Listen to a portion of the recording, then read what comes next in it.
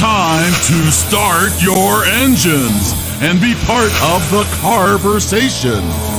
You can always ask the experts, Raffi Manassian and Dan Rosenberg, because it's now time for Clutch Radio. The show starts now. All right, what are you laughing at? Like, I saw you laughing beforehand. I'm like, wait, what happened? I was singing along with our intro music, and then Oh, I thought, well, why not? So I unmuted it for just a brief section. oh, I didn't hear it. All right, well, there you go. Well, welcome. Adam already says good morning to the car gurus. Just All one right. of us is a car guru, and it's not me. And he wants to know if we're doing live from a tow truck this morning. I did share a picture of the show, but there's always something you have to like upload when you do the show. Yes. If you can, or it just uses your cover picture. Let me see if I can find it. I should point out that our intern has been out of the Clutch Radio office for quite a few weeks now. So we've had to rely on Dan for all the technical details. So do we know when our intern is going to return? We never know. We never know. Okay. No. If you would like to be an intern, you can send an email to our former intern. Yes. And they can. Okay. So Raffi, the reason I put a tow truck up is we both had some tow truck issues. Yes, we did. This week. Yesterday morning, I'm driving to our little Cars and Coffee group. By the way, Ray says, good morning. My favorite show, Emmy worthy. And we get a happy many different sons from Jacob. And then Carol 7 has a real car question. Well, Carol, we'll get your car question in 1 second. We're doing our opening montage, our opening salvo, our opening monologue. But have your question ready, Carol. We will answer it. We will absolutely answer it. So I'm driving to Cars and Coffee, and my car has Waze in it now. Mm-hmm. And it's all Google based, the Polestar, and they just finally added Waze, which is also owned by Google.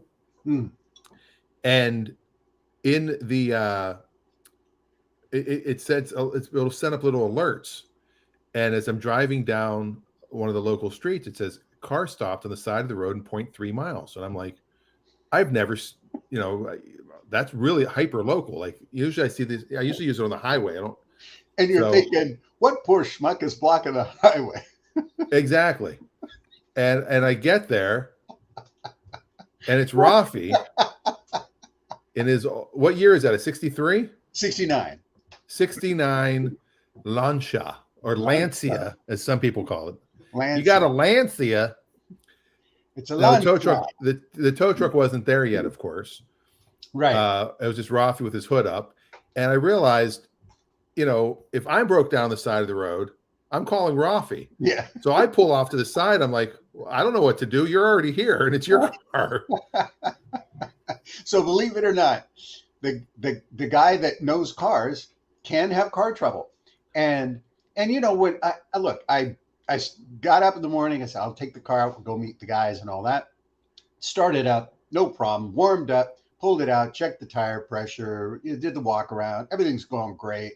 It's burbling in the driveway. And I got in and off I went. No problem. 3 miles down the road, I come down that main turn, heading over to the highway. Boom, it just dies. Now, it's done this once before, and I wasn't able to get it started again. So I took it back home, and the next day or two, started right up. So I thought, well, maybe it was just an intermittent fuel thing, whatever. So when it did it again, I got underneath the hood and started poking through various things. And since I had it taken over to our friends at Modern Collision, Aaron will take a look at it. But I'm pretty sure, 99% sure what it's going to be. I think it is a bad coil. And the reason why is these older 12-volt coils will be subject to heat cycling as they get older. And so what happens is the Oh. heat cycle. Yeah, isn't that nice? You got to bring a trailer thing going. I did. The heat cycling, as the heat increases, the coil shuts down. And then when it cools off, the coil is able to transfer ignition. Uh, So a correct Lancia coil is going to set me back a whopping $185. But so what? but you can't get that at Pep Boys. No, that's true. But I've already located one. But I do want Aaron to confirm because I can't do the coil test. It's basic. It's very simple to do a coil test. You get somebody to turn the starter while you have the coil wire off from the coil, and you just get it sort of in close proximity. Look for that spark. Yeah, and you look for it arcing. Make sure your fingers are far enough back from the actual arcage, so you don't get a little zap. It won't kill you, but it'll hurt you. So, but if you get zapping, that means that you're getting action to the coil, which is what you want. But the coil itself is being problematic. So, Gotcha. All right. So yeah, we both had similar problems. yes, Mine in a 2021 electric car, and yours in 1969 lawn chair. Now, I did want to give a shout out to our friends, my new best friends at Liberty Bay Towing, because these guys, within the time I called my insurance roadside assistance plan, and the time they showed up was about 20 minutes. It was so fast, and the guys at Liberty Tow, it's really they Is it part of Liberty Bay Automotive? No, they are not part of Liberty Bay Automotive. They're a separate company. They're a larger company located in Tacoma, but they now have towing services in our area. They've set up a couple of places in our area. Also, Kitsap Towing has a competitor. Yes, and Kitsap Towing, by the way, has been great. But these guys showed up in no time, and it was a busy little intersection. He put that rollback down and got my car on there in a matter of minutes. I've never seen anybody do it so quickly, and that's not an easy thing to do. So he really knew what he was doing, and off we went. And within a very short period of time, problem solved. Dan showed up, picked me up, and went back to Cars and Coffee and had some fun. Well, there you go. Now, Carol Seven made a comment here that looks like a Benz Pagoda from that angle. She's not wrong. Carol's a guy. Yeah, sorry. I apologize. He's not wrong. That's right. It's spelled like Carol Shelby. Yeah. The two cars were designed at approximately the same time, and so they had a lot of similarities, particularly in the hardtop roof line. There's some conjecture as to where the design initiated or originated first, whether it was an Italian design or whether it was a German design. And there's actually some pretty good evidence that the Italians had that roof line down first, but that the designer of the 230 SL, the first Pagoda roof, which was Paul Brock, Brock, who had been a student of Italian design for many years, actually is credited with the lines of that car. You could also look at, interestingly enough, at the design of the early, I'm going to forget the name, but it's a Nissan coupe that was designed for Nissan. I'd have to search my records to find it, but it also had very similar design lines. All right. So we have that. Now, Adam says he's not a big fan of Waze. He tried to use it early on, wasn't digging it. Now, I was the same way. I hated Waze at the beginning. And it was kind of gimmicky. And, you could do different celebrity voices as your, like you could have Snoop Dogg say, like, it's up on the left, bro. Whatever. That's a bad impression. Snoop wrong. Yeah. Make a left for cheesy. And it got better and better. And then I finally used it. I'd been going to car auctions, and we do have a cool car from Ray later on. I was going to car auctions, and it was taking me I'll just go the way I'd always go, the way I thought was the right way to go. And one day I put it into Waze, and it's like, oh no, here's a little trick. It knocked 15 minutes off my trip. Very good. Yeah, so I was pretty happy about that. Our friend from Ireland is on today. Hello, hello. He hopes everyone is well. And he said that was Snoop Mongrel. Thank you.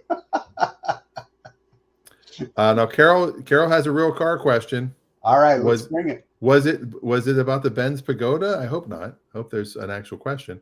Type in your question and we will get to it. Absolutely. If anybody else has any questions, please just post them in the comments. We don't really bring people on the show, which we could do. We could. We've had guest appearances. We've had Todd McCullough as a surprise guest appearance. Yeah. And we could actually feature guests. There's a very interesting used car salesman that I think could make an appearance at some point in the show. Oh, Eric? No. Tony. That would be fun to have. That would be fun to have Tony. We could have members from the show. Now, Carol has a question. Now, Ray, you can vouch for this too, because I know what Ray's answer will be. What is your opinion on a 2010 Chevy Equinox? Go first, Dan. Yeah, he's selling his Fiat 500e, which is a little electric car. Yes. Now, the 2010 Chevy Equinox, there's good and bad. I've had some that, I've seen go through auction for super, super cheap. And they have, I think it's a 3.4 engine that's in it, the V6. And it has some troubles. I think it really depends on how it was taken care of, how it was maintained. If it's a low mileage one owner, I think it's a great vehicle. If it's a 7 owner, 145,000 mile, maybe not so much. Definitely get it checked out ahead of time, no matter what. Get a pre-purchase inspection somehow. Even if you get a free one, just taking it into a local shop. It's got 115 on the Odo. Okay. So if you have the VIN and you can text it to me, Carol, I'll pull up the Carfax for you. So it's entirely possible that this is one of the good ones, but I'm going to suggest that the history of these cars from a general maintenance perspective is not good. They have ongoing issues with engines losing rings, not just catastrophic engine failure, but transmission failure. And they also have 3 recalls. So you want to be sure that the vehicle that you're getting has had the recall service work performed. You want to be sure that there hasn't been continuous transmission service work on it, or that the transmission has been either replaced or significantly improved through some sort of service work that might have been done on it. With 115,000 miles, I can almost guarantee you're going to have some manner of mechanical challenge to look forward to, especially if you don't or don't have access to the service records. Now, at $1,000 out of your pocket, it's not that big a deal, but you have to consider the value of what you're giving up to get that vehicle.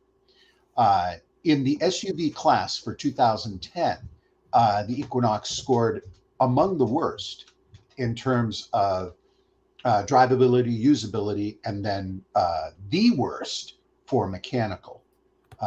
So these are not cars that you're going to be able to readily, easily trust with 30, 40, 50,000 miles, let alone 100 or 115,000. Now, that does not mean it isn't a good car. It could be a good car. So as Dan had mentioned earlier, make sure that you get evidence, the service records that show what's been done on it. Check that Carfax. The Carfax will show services that have been done if the company that did the services are part of the Carfax network. Not all service entities are. But I would highly recommend that at the very least, you check out what has been done with the transmission. Transmission failures on these tend to occur in the higher mile range, 70, 80, 90,000 miles. So if it hasn't happened already on that car, get prepared to pay $3,000 for a new transmission. And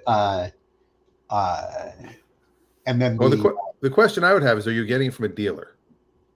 That's if you're getting from a reputable dealer and they have inspected it and they can show you any paperwork or if they've done work to it, get that paperwork. But definitely send me, not on the show here. Carol's a friend. He's got my text. Text me the VIN and I will pull the Carfax right now. And also, I want to be mindful of this.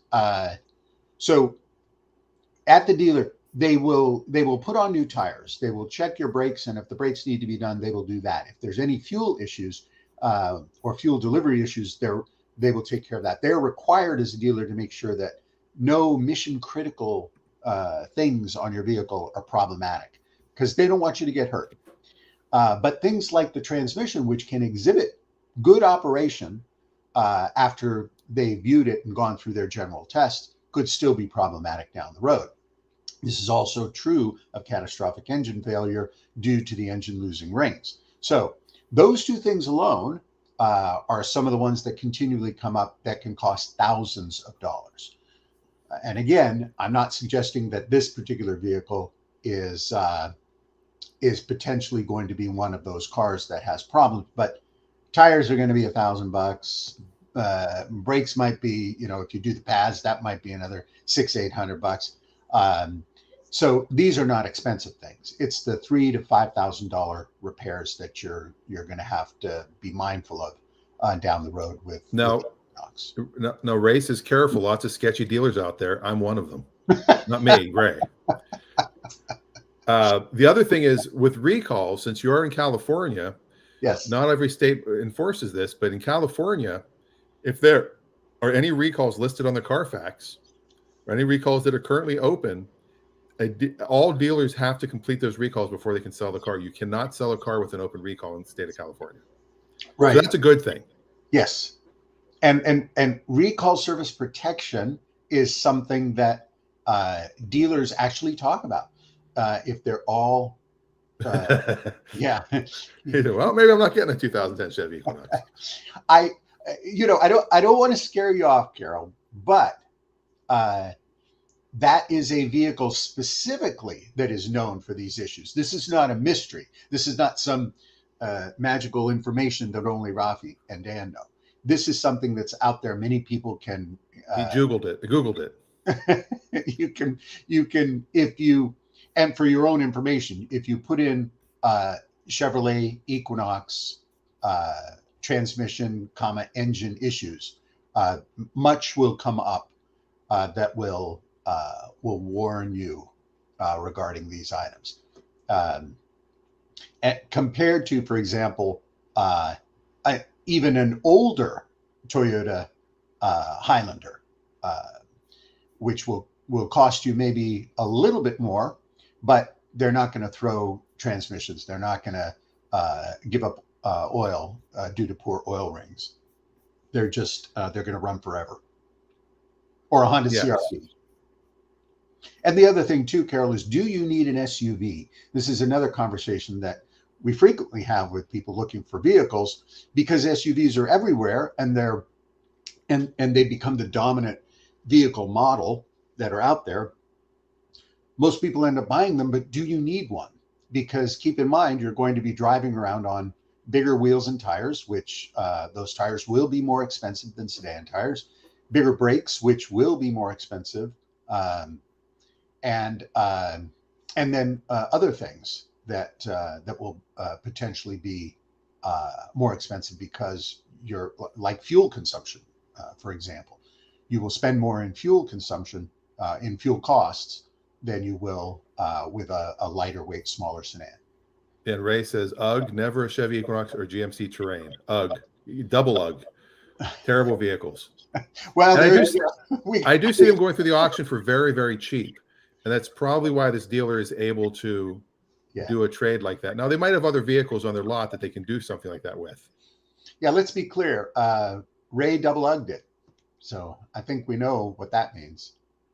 Oh, I see. So his friend owns a tow truck company and a car lot. It's a lien sale against storage fees. So he's trading for marketing. All right. Well, I mean, if it's a lien sale, I mean, again, if you can get me the VIN, that can tell a lot of mysteries can be revealed on the Carfax or the auto check, depending on which service you use. Because if, like our local garage, Greenlight, he now is part of Carfax. So now all the work that you get done at the local garage now shows up on the Carfax. Sadly, it doesn't go retroactive because all the work they did on the Stealth won't show up unless they get him to put it in there, which I think he can do.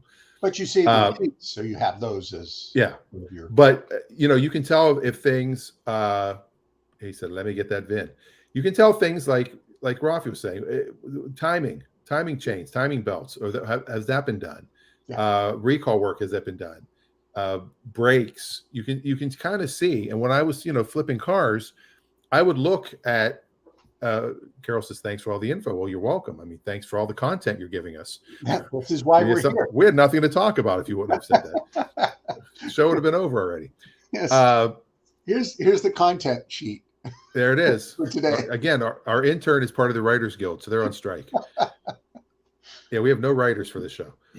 But I would look at, and say, "Oh wow, this is a one-owner car."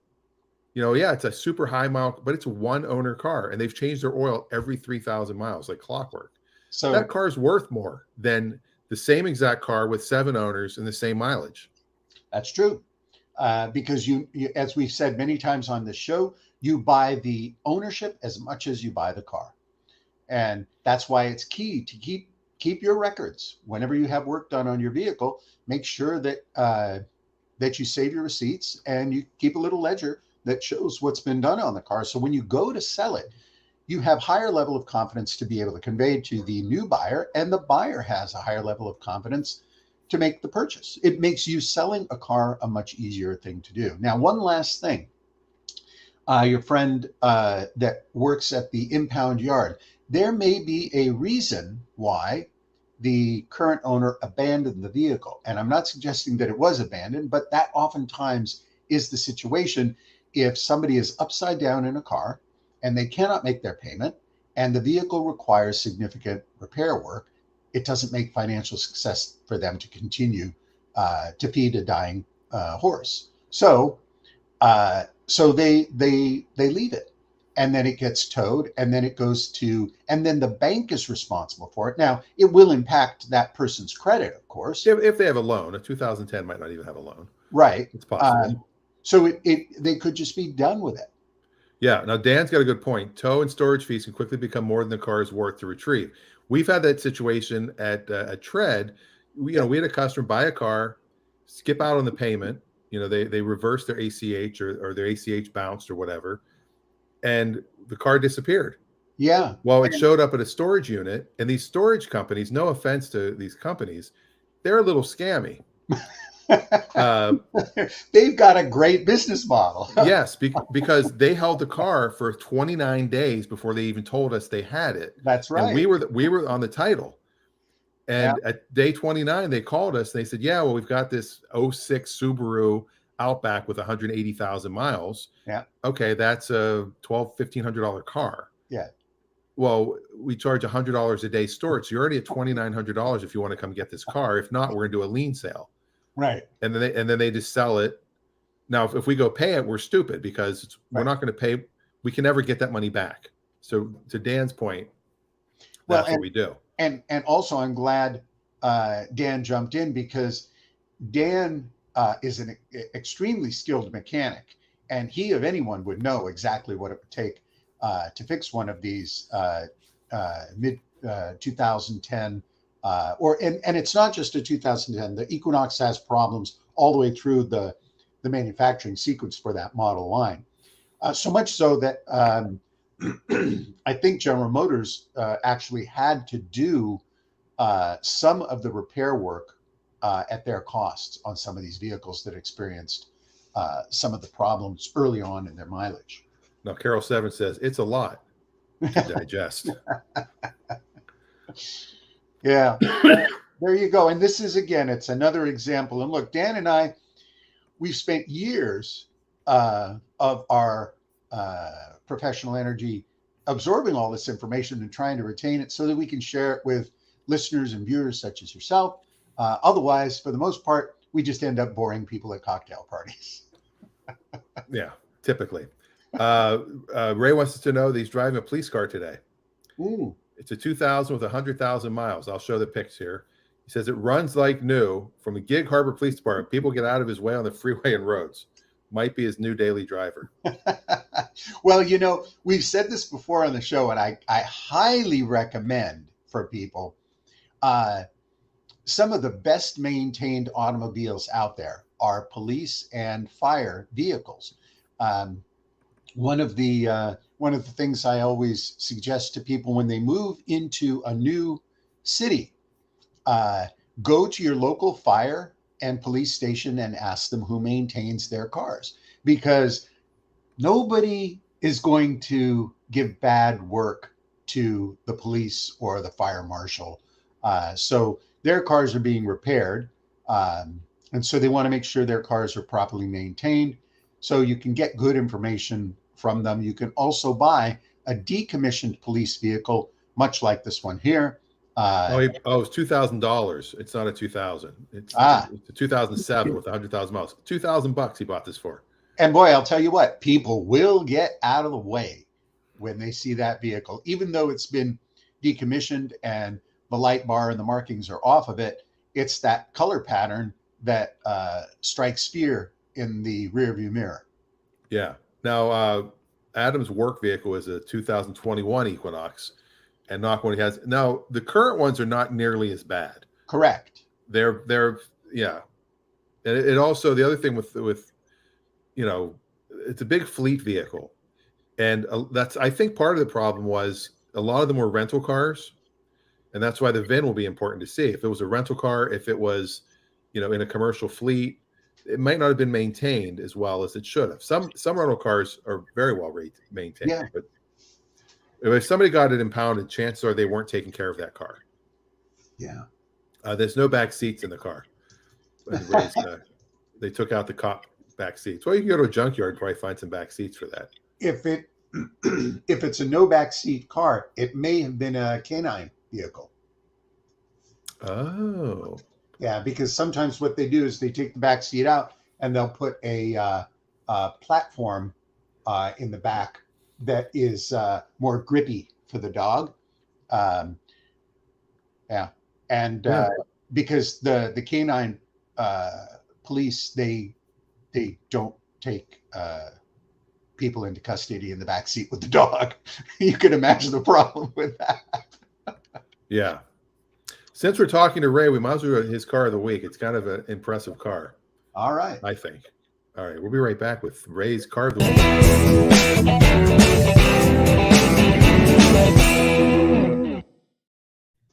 All right. Now, I know a little bit about this car, this vehicle. You get the inside scoop. Yeah. Let me see if I can hide the price before there we go. All right. Okay. Now, Ray's willing to give our viewers a crazy deal. Crazy deal. Oh, this is a great vehicle.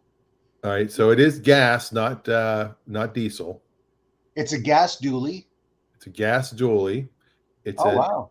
This is nice. It's a 1992 F-350. It only has 108,000 miles on it. That's actually low miles. But it's not four-wheel drive. So it's two-wheel drive dually. It's a two-wheel drive dually. What engine? It's got the 7.5 liter gas. 7.5 gas. Okay, that's two gas tanks, very well maintained. It comes with a CB radio, a cow horn. Wow. And upgraded Bluetooth in the radio. Engine and transmission are strong, just serviced with synthetics. Driver's side window is a little finicky. He's honest about it. Some faded paint on various spots and hood. I noticed that the tailgate's a different color. Have you seen it? I've not seen it. I saw it online somewhere. Yeah. I know where Ray bought it. Let's just put it that way. Okay. Does the hood? The hood to me looks like it's a little faded. Hood looks a little faded. Mm-hmm. Yeah. So it could use a Mako paint job probably. Okay. Look at that interior though. Interior looks great. And they got the dash mat, the nice dash mat. Yeah. This is someone who took care of their car. Yeah. Service records and everything. And Let me see if it's a one owner. I'm going to run the Carfax real quick. 108,000 miles is good. Does it have a tow package? I can't imagine it wouldn't. Heavy duty brakes and heavy duty. Uh, It looks like it's got a hitch Got that a might lip fit in that bumper pocket. yeah. So maybe not a receiver, but a ball might attach to the So it's a 4-owner vehicle, actually. 4 owners. Okay. One owner had it for 20 and a half years in New Mexico and Washington. Then it was in Colorado and Washington. And then it's been in Washington for 7 months. Let's see, any major work done. This is back in 07. That doesn't really count. In 13, just had all the fluids checked. Recommended service done at Grease Monkey in 2015. At Midas, they did a Pitman arm replaced, serpentine belt replaced. This is at 89,000 miles. Steering and suspension checked, shock absorbers replaced, struts replaced, drive belts checked, rear shocks replaced. Wow. Had some work done. It had some work done, and that's only 20,000 miles ago. So look, for a vehicle like this, these will do 200, 250, 300,000 miles, no problem at all. If you need a work truck, this is a good way to go. The reason why this one is for sale is because it's 2-wheel drive. Most people want the 4-wheel drive, and the 4-wheel drive version of this vehicle is in high demand. What year is it, Dan? This is a 92. 92. So your classic plates on this sucker. Believe it or not, these are valuable vehicles. They are sought after because they are very well built. This series of truck, this F series, this is the 350, right? Yeah, it's the F350. So this series truck from the 80s to mid 90s is very sought after. I sold one on Bring a Trailer for $14,000, and it was an F250 2-wheel drive. Was it gas or diesel? It was gas, and it was the 7.5. And now, granted, it was a lower mile car than this, but not by much, by about 20,000 miles. So this is an extended cab. Is it a door back cab? I can't tell from the, or is it just a tilt seat forward? Sometimes there's a door pocket on the back. I can't tell. It looks like there is not. Okay. Not a big deal, but you've got a full-size bed. You've got a very nice interior. There are 2 things on these vehicles that are going to potentially go wrong that will cost you money, and that is, number one, the air conditioning. Air conditioning is expensive on these cars, but once you get it fixed, they tend to last for a long time. You do not want this vehicle without air conditioning. It will get hot in there. The other thing is the transmission. These tend to go through transmissions because 2-wheel drive vehicles tend to be pushed a little harder than the 4-wheel drive ones because people will overload them and think the 2-wheel drive can take it. So the transmission takes a beating. The rear end on these are actually quite robust.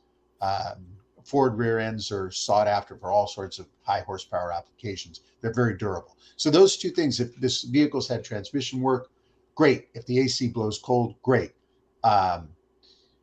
These can be anywhere from 8,500 to 25,000. So there's a huge spread on them. And 8,500. There it is, 8,500. Look at you. Yeah. Now, Adam was guessing early on $1,000 when we first started talking. Then he went to 5 because he didn't see it was a dually. Yeah. And then Ray immediately said, "Let's put on Bring a Trailer. We'll split the profits. I'll give you the keys. Come get it." Well, if this had a better paint job, or if it was completely original paint and in good, and the paint was in better shape, we could absolutely do it, and it would probably do in the high teens. I don't think it would be hard to get it into the high teens, but at this point at 8,500, you'll do well. You'll do well with it. It'll sell in a very short time. It should. To get an F350 dually full size truck like this, for under 10 grand is unheard of. Trucks under 10 grand of this sequence or of this series tend to have 200,000+ miles. So One thing I would recommend, Ray, is I don't know if you had it detailed yet or not. It looks like it might still be able to get cleaned up a little bit, a little dressing on the tires. Yep. Maybe it was detailed already. I don't know. Spiff it up a bit, but I don't even think you'll need to. I think it'll sell in a heartbeat at that price. Are you getting any action yet? It looks like you've had it up for 4 days. You're asking just to leave number. So there's an email. No texting and email. Too much spam. Yep. Just leave a phone number. Don't get a call back. There you go. So I'm curious if how you're going to do with it. But it does have a CB. You remember CB radios? CB radios. Oh, yeah. Before we had cell phones. Keep on trucking. That's right. Citizens Band radio. Citizens Band. Yep. Breaker 19. He said he just drove it right to the storage yard. Stokes says they can get $5 grand for it if he runs to the Stokes auction easily. Or they'll give you $5 grand or they'll get you $5 grand at Stokes. You look at the dealer auctions, this will do $5 grand all the time. Yeah, it should.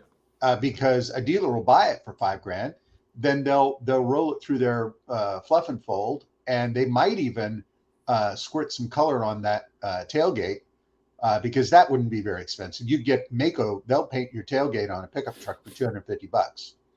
Yeah.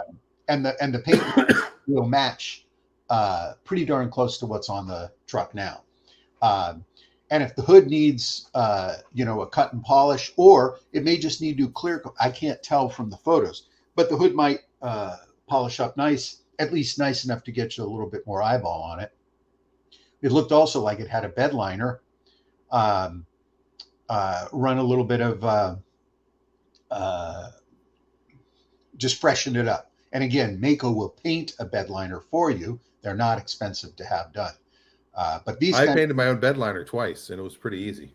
Yeah, you can do it with the paint is so thick you don't get a lot of overspray. You just tape it off, and you go to town. Adam says first. Carol said, "What's your 20?" Yeah.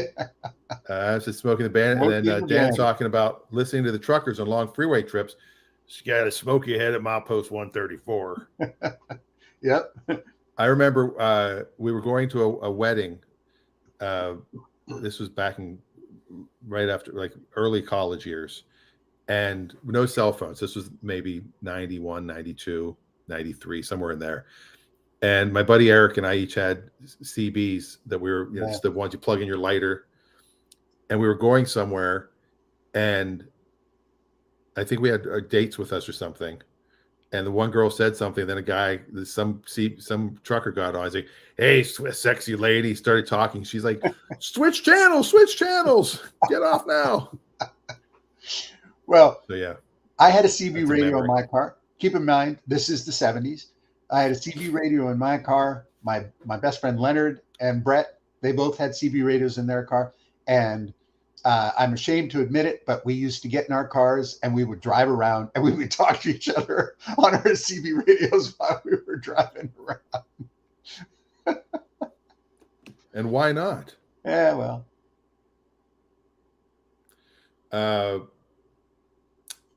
Yeah. So, I mean, in a way, that could have been our old school, but I know you've got a great old school, I'm sure. I have a great old school. I had two on tap, actually. And I'm going to go with the second of the two that I have because I'm trying to make the old school relevant to what we're talking about. All right, here we go.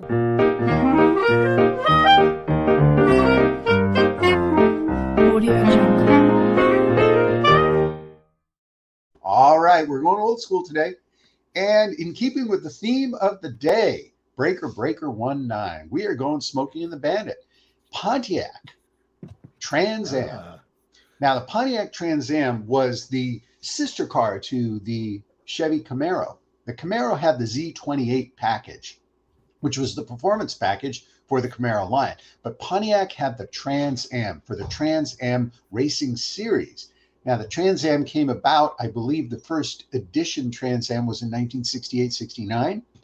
And then it moved on into the newer platform, which was built on the Firebird and had a whole new body design. This was in 70 to 71.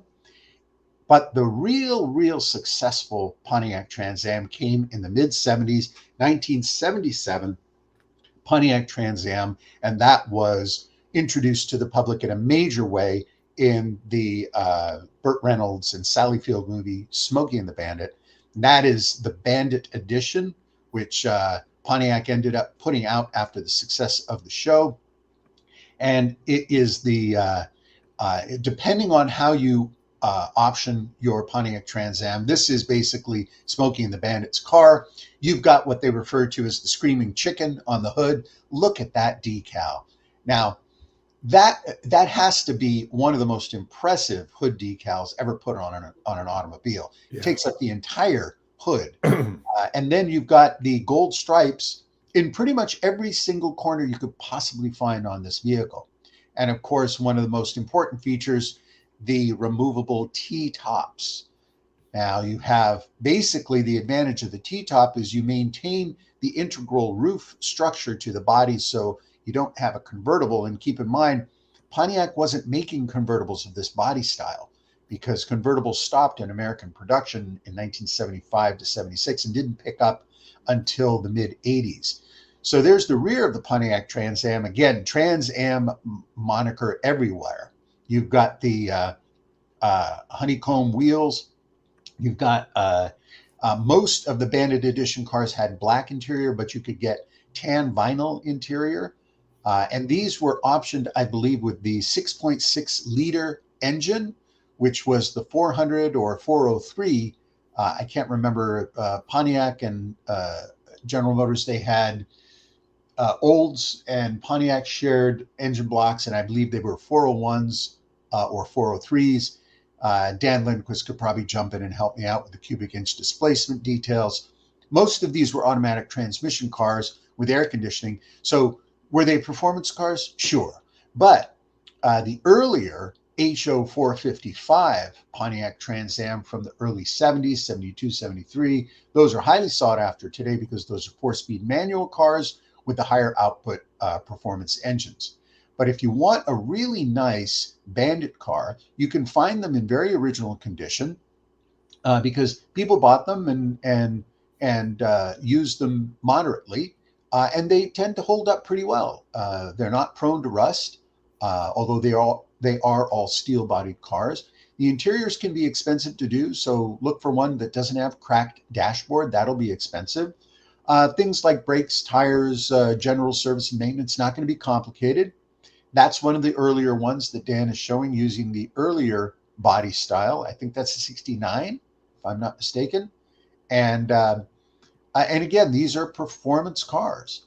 And Adam Jones, like many of us from that grew up in that era, the Bandit Edition is one of my dream cars if I ever had the money. You can get, surprisingly, Adam, you can get a Bandit Edition Trans Am that needs a little bit of work. And that would be in the $10,000 to $12,000 range. And if you want a perfect one, expect to spend around $20,000 to $25,000. A top of the line, beautiful original one would exceed $30,000. Now, unless of course you get this one. Yes. This is Burt Reynolds' personal. He had one built. Yes. Sold for $317,500. It's a Yes. replica. It's not the car from the movie. Universal would not let him keep it, so he had one made. Well, and he did drive it all the time. I believe, if I'm not mistaken, I believe the proceeds from that sale also went to charity. Well, let's see. It's reported last October the car sold at Barrett Jackson for $192,500, and that was from his. This article doesn't make sense. It says, big fan of driving the car. When his financials took a turn for the worse, he was forced to organize his own estate and hand over the keys. Okay, so he put it into his estate. I don't understand what that means. It's reported last October the car was sold for $192,000. If you look at the math, whoever bought the Trans Am from Barrett Jackson flipped it and made about $100,000. Okay, so it wasn't it wasn't a charity sale. The second one wasn't. Yeah, so certain celebrity vehicles will bring a premium, and this is a great example. That's about 10 times the value. Thank you, Dan. 6.6 is 302 cubic inch.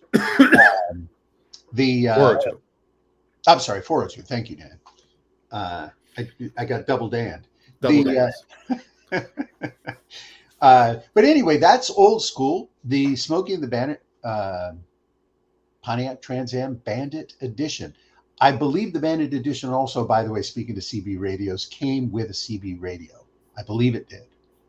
It had to, right? You would think. And the T-tops were important. When they spec'd the car, they wanted the T-top version because in the opening sequence, Sally Field has to jump into the car. And that's hard to do in a car that doesn't have a cutout roof. There's Bert. Boy, there's no fake hair or makeup on that man.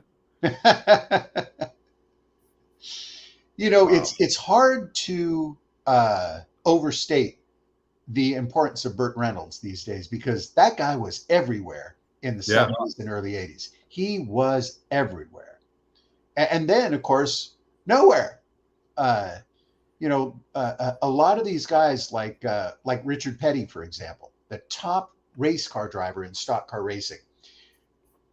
You compare his lifetime earnings, and they don't get anywhere near from racing what a modern NASCAR race driver makes in 1 year today.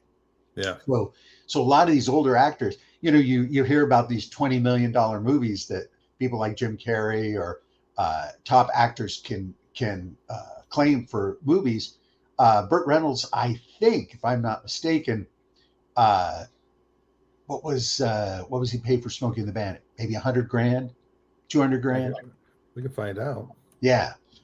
What's your hairline's 20? Thank you, Carol. Luckily, I'm still keeping some hair. So there you go. That's old school, the Pontiac Trans Am. And incidentally, for those who continue to follow the Camaro, the Z28 also continued to that same series. Yes. Yes, the Hooper was a good. He played a stuntman, if I'm not mistaken. Yes, that was also a good movie.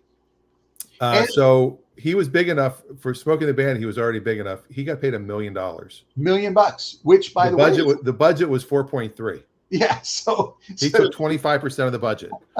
And it's not clear. You may know. Did he have a take of any of the gross? Because it may not. Chances are, if he's getting that big of a piece, usually the guys that get the gross will be like, "Okay, I'll work for scale, Yeah, but I want 5% ownership."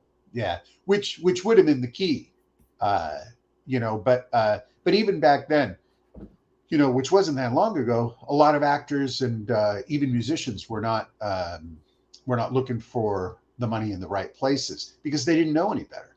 A lot of that stuff was kept secret. Even the accounting was kept from many. Still, yeah. One of the best stories I heard was Gene Roddenberry when Paramount came to him. I don't know if I told this story on here or if I told it somewhere else. No, you may have told us. So Gene Roddenberry, Paramount came to him and said, "We want to do a new TV show called Star Trek: The Next Generation, but we need you to sign off." Well, he never received proper residuals for the original Star Trek, and they kept saying, "Oh, we're not making, it doesn't make any money," you know, all the backroom accounting. Yeah. His lawyer, very smart lawyer, wrote the contract to allow them to do Star Trek: The Next Generation. And he said that part of the deal is that Gene Roddenberry gets the right to look at all the books and all the accounting for Star Trek. And he didn't put The Next Generation in. He just said Star Trek. And so they signed the contract, not noticing that, you know, they assumed they meant for the new show. Yeah. But then his lawyer said, "Okay, we'd like to see the books now for the original Star Trek." They said, "What are you talking about?" He goes, "Read the contract. You guys signed that." And they said the next day he had $1 million and a brand new car in front of his house. And then he started getting money for the show. Yeah, you know, it's phenomenal what revenue can be generated from some of these things, especially if you look at a movie like Smokey and the Bandit. The paraphernalia that goes with it still sells today. Kids still buy Smokey and the Bandit Trans Am scale models. Adults buy Smokey and the Bandit paraphernalia. There were Smokey and the Bandit lunchboxes. There were all kinds of promotional items, and Burt Reynolds got none of it, even though his likeness was in the Smokey and the Bandit character representations. Yeah, well, that's like what were those? The guy with the big mustache that did motorcycle OC Choppers or something like that. Yeah, yeah. So they had that show, and after a few seasons, they were getting paid $25,000 an episode. Right. And they're like, no, we need more money. We're a hit show on A&E or History, wherever they were. We're a hit show, and their agent said you should just take the 25,000 and keep going. No, we want 150,000 an episode. They said they're going to give you 25,000 an episode. Yeah. And they're like, why should we keep going? He goes, have you noticed how much your T-shirt sales are? And it was some ridiculous number, like $86 million in T-shirt sales. Like the branding stuff, not just T-shirts, but all their product. Yeah. It's like, that's where the money is. That's right. And even like, Carol talks about like streaming. Yeah. I look at guys that are on YouTube that have, they don't have a ton of, they might have 300,000-400,000 subscribers, but then you see that they're making, just from YouTube, they might be making, $100,000 a year off of that. Yeah. But then their merchandise, and then they do public appearances. I mean, I only want the sitcom so we can go off and do live shows. Listen, the revenue generated at the back end, behind the scenes, can be substantial, as you say. Michael Jordan, he was making, I think at one point, 10 times what he was making as a basketball player, just from his from the airline, the Nike sponsorships, and the other stuff that Jordan was doing. Like 10 times he was playing basketball so that his name could continue to be relevant in the game. Now, he obviously enjoyed playing the sport, no doubt about that. But the money he was making was well beyond that. Who's the fellow? I always forget his name. He's a well-known actor, and he's in some of the Marvel franchise. Ryan Reynolds. He's making billions of dollars selling companies. He was part owner of Mint Mobile. Because he's Ryan Reynolds. And if you and I try to buy a company, even if we have billions of dollars and we buy a company and we turn it around, it's going to take a lot more effort to get people to pay attention to what we're doing, because we're just Dan and Raffi on Clutch Radio. But Ryan Reynolds. Well, I mean, as a very famous old guru named Yogurt once said, merchandising. There you go. So Norn says he hopes that the lawyer gets a few dollars too.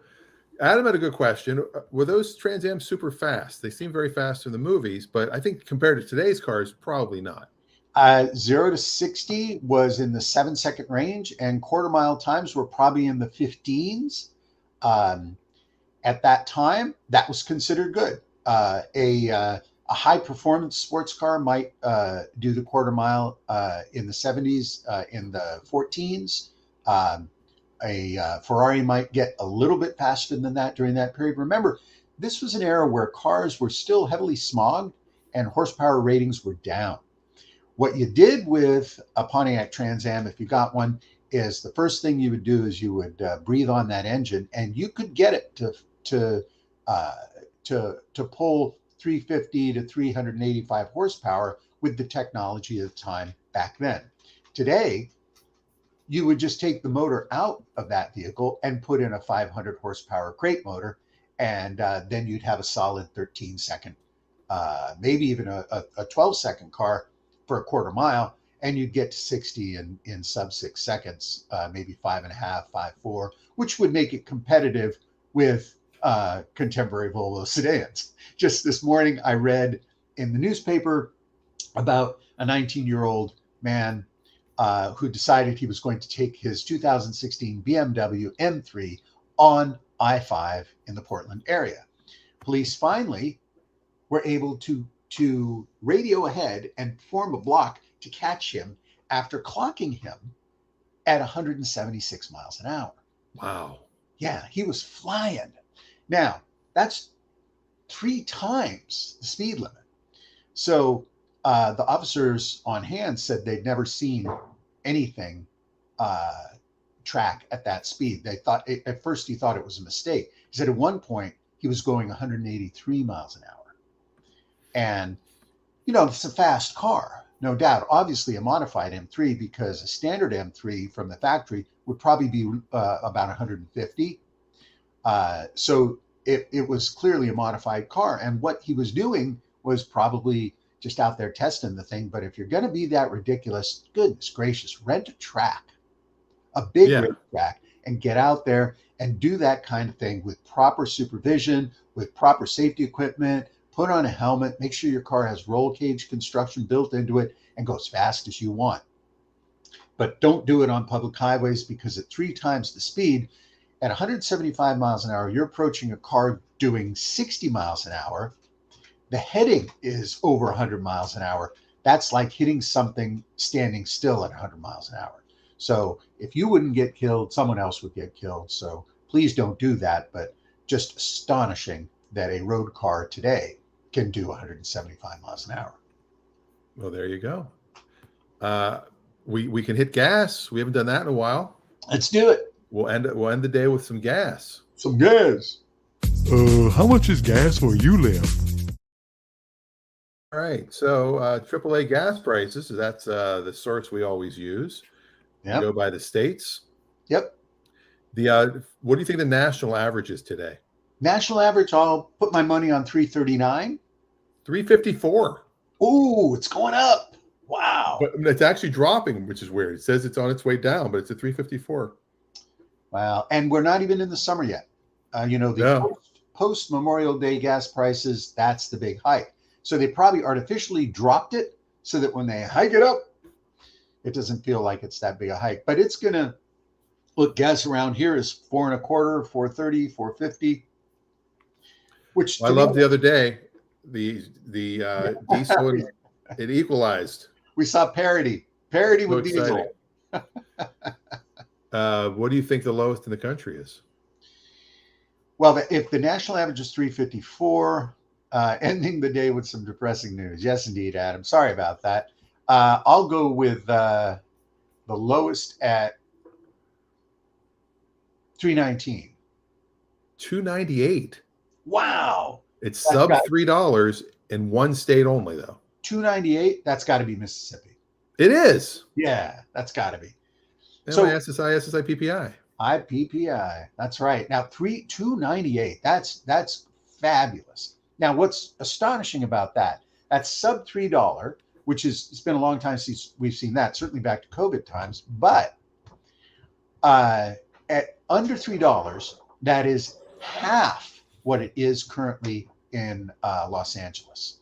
Los Angeles is $6 a gallon, which is just amazing to me. Costco wholesale, Carol says, in Mississippi. Yeah.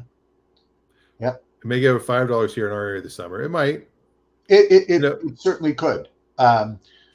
Well, we don't have a major election until 24. That's when it'll go back up, because it always tends to go way up. Right. And with one side can blame the other side. People are saying, well, if they're making more electric cars, why aren't gas prices coming down? Well, it's going to take a while. Remember that last time I checked, total vehicle sales, electric vehicles, still about 3 to 5% of total vehicle sales today. So that number may be going up, but it's going to take a long time before it significantly impacts the volume of fuel that is sold. And keep in mind that if you have a vehicle that you use for your business, commercial based, even a small business, mowing lawns, taking care of pools, electrical and plumbing, you're going to be using a gas vehicle, because electric vehicles just don't have the range to be able to support the type of miles that commercial vehicles do on a regular basis. Well, from JD Power, here's the news. I can pull up real quick. 1% of vehicles in the United States were electric in 2019. In 2020, it was 3%. Yeah. I mean, 2021, it hit 3%. 3%. Hybrids were 5%. So that's between the two, 8%. Yep. 2022, electric cars were at 5%. Yeah. So it's still a very small amount. It's a tiny amount when you think. But it's gone to go from basically 1% to 5% in 5 years. Yeah. That's pretty big. Well, and what happens is, if you have the same equivalent exponential jump for the following bracketed period, we're still under 20%. You won't see fuel prices impacted until electric vehicles, fully electric, not hybrid, until electric vehicles are in the probably 25 to 30% of market share. At that point, there'll be significant reduction in fuel consumption on personal vehicle basis. That's when we start to see a big deal. Norway is 80% electric vehicle. Absolutely. Many European countries have a higher rate of EV sales, but sales, Carol, do not necessarily translate to total volume of vehicle usage. Though your statistic is accurate for the volume of sales, there are still multiple petrochemical-based vehicles that are populating the purchasing segments of the marketplace. It'll take a long time before total volume of vehicles in operation are impacting enough of the market share for petrochemical fuel sales to be able to lower the price on a national basis. And speaking of gas, how much do you think gas is per gallon adjusted for the US dollar in Norway? $9 a gallon. $7.91. Yeah, in American money. So it so it's not translating there yet, but there's a lot of incentive to not drive a gas burning vehicle in Norway. Yeah, I'm a big fan of plug-in hybrid. If they can get to a plug-in hybrid where they can go like 200 miles on the charge and then another 200 gas. Yes. Yeah. And you're not running down the lithium quantity as much as you are with an electric vehicle. Yeah. I mean, my wife's car has gone 12,000 miles or so. Yeah. 9,000 have been pure electric. Yeah. That's pretty amazing. All right. Well, it's after 11. Yeah. We did it again. How do we do it? For good or bad, I don't know. But we will be back next week and every week this summer, and then we'll start taking breaks again because that's what happens in the fall. Thanks to everybody for joining us. It was a busy day today. Ray, Carol. Yeah, we had Carol. We had Norm. We had Norm from Ireland. Yeah. We had Adam, of course, Dan, Carol. We said Carol. We didn't see Ray Pepper, of course, and of course we didn't hear from Jake or Jake said hello. He said hello. He said hello, but we never heard from him. There we go. There's Jake. But hello again. All right. That's it for today. We'll see you next time, everybody. Absolutely. Let me find the old guy closing. All right. Bye.